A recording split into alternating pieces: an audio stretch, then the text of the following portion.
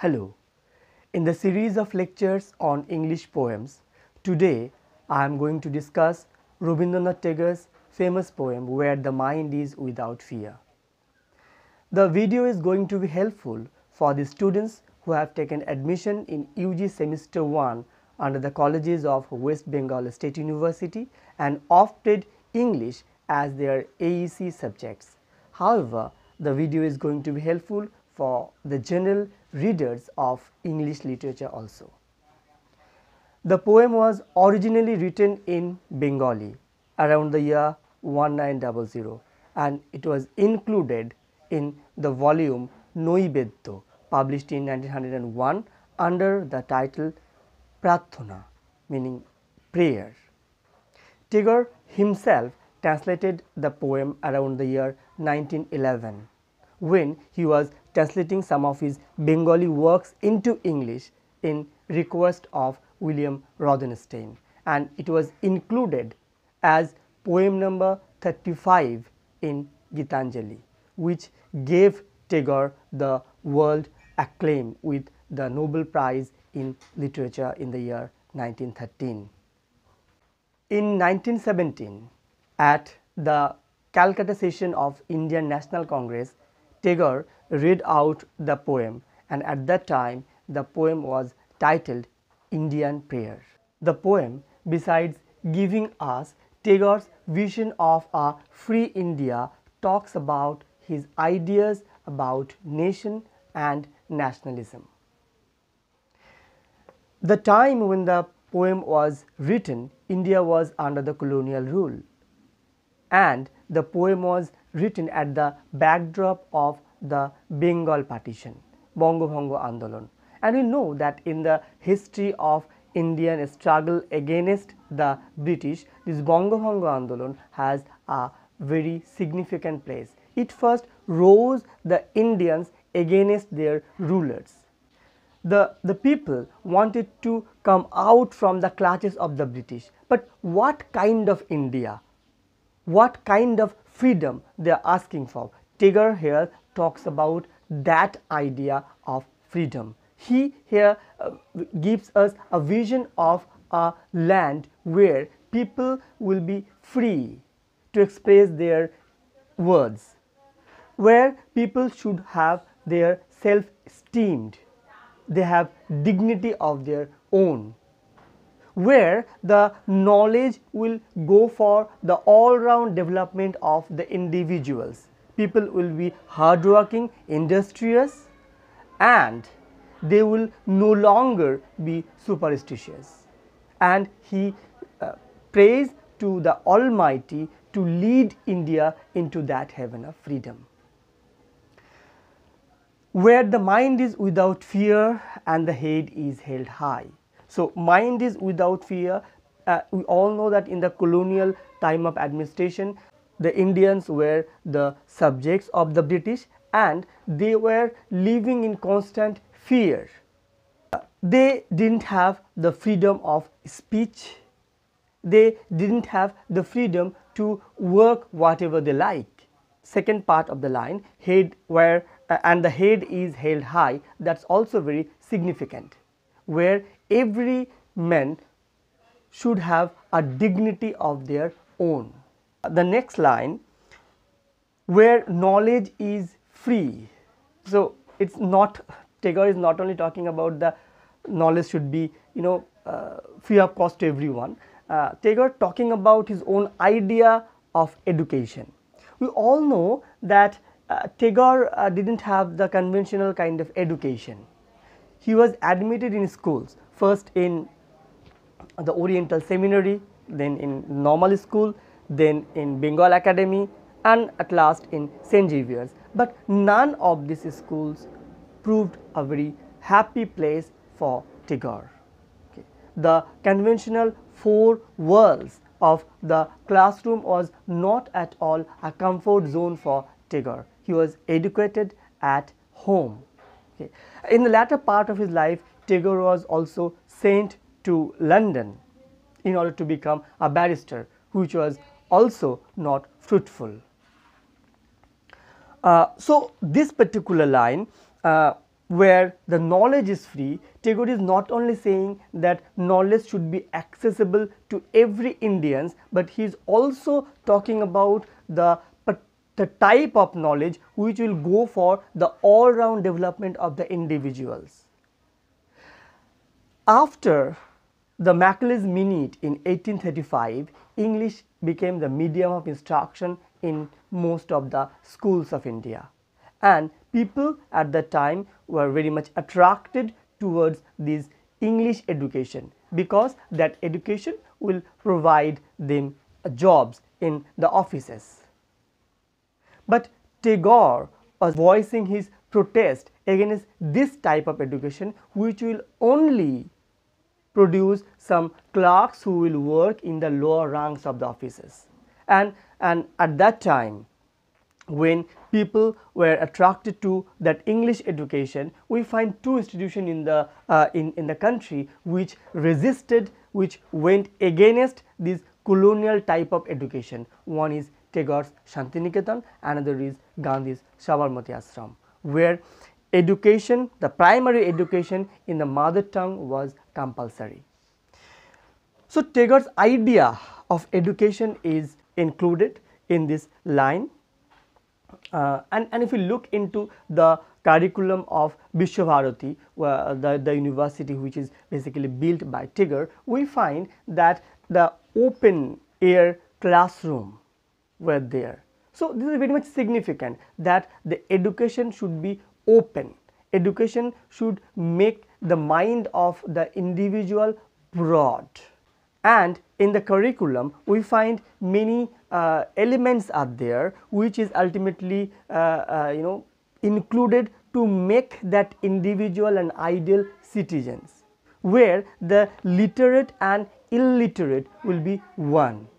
Many festivals, like in different seasons there was different festivals which are a part of that curriculum, where the students freely mix with the local people, like the spring festival, Bosonto Utsav, Borsha Mongol, Holokorshon, Bikhoropon. So these are the festivals through which the students get involved in the making of the society. So Tagore's Shantiniketan is not only an experiment in education, it was also an experiment in Samaj building. The next line, where the world has not been broken up into fragments by narrow domestic worlds, talks about Tagore's idea of internationalism, his idea of the unity of the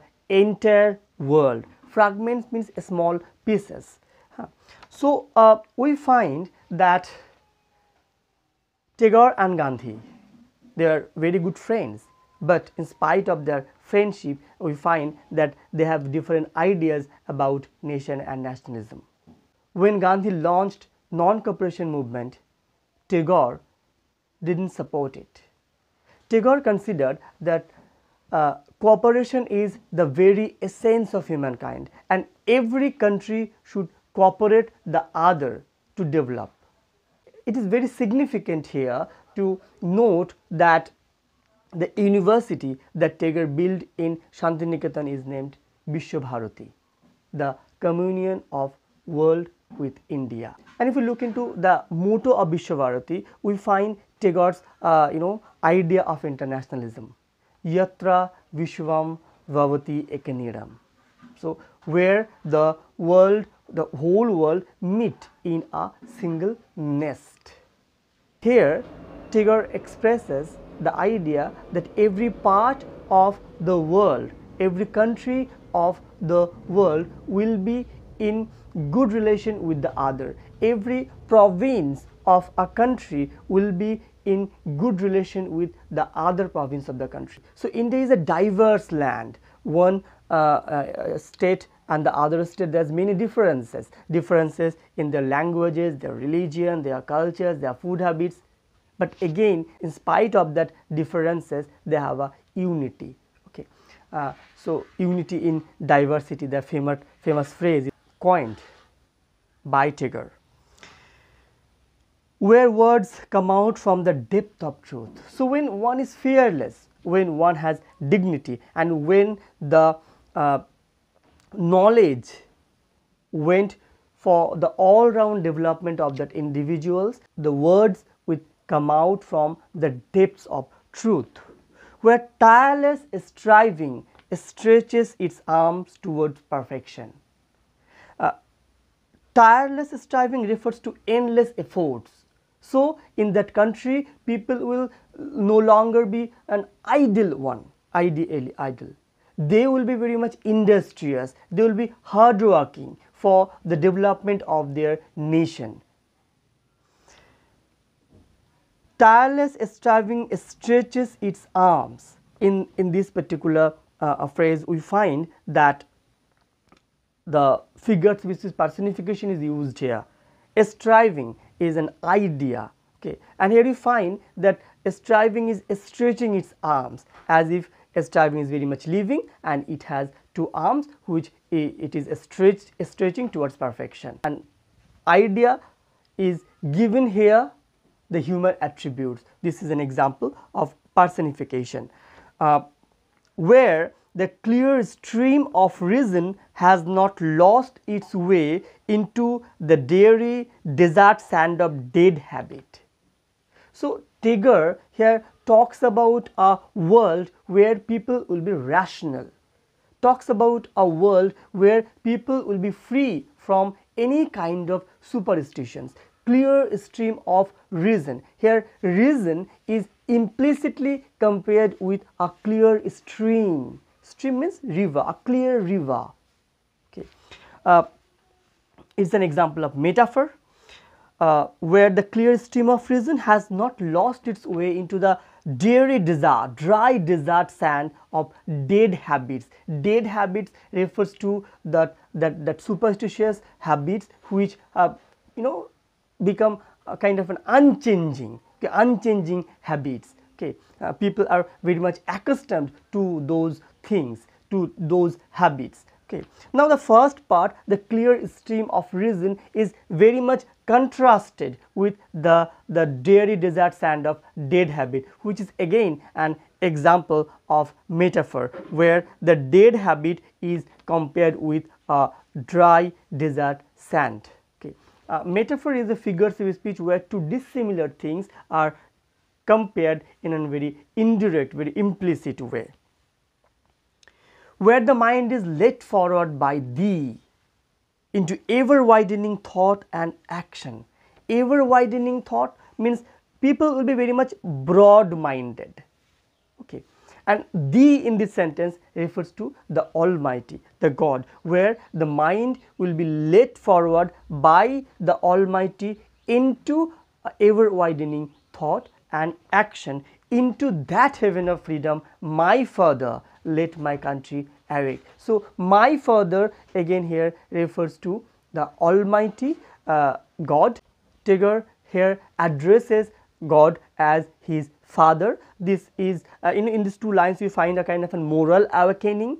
Okay, as if we all are the children of God. So be it a people of every country, okay, not particularly single country, we all are the children of the same God. So that's why Tagore here addresses God as his father, and he prays to the Father, to God, to lead the country into that heaven of freedom where people will be fearless, where they will have self dignity, and again where knowledge will go for the all round development of them, where words will come out from the depth of truth, where they will be industrious and all their works will go for to make a happy perfect world, where people will be rationals and they will no longer be influenced by the superstitious belief.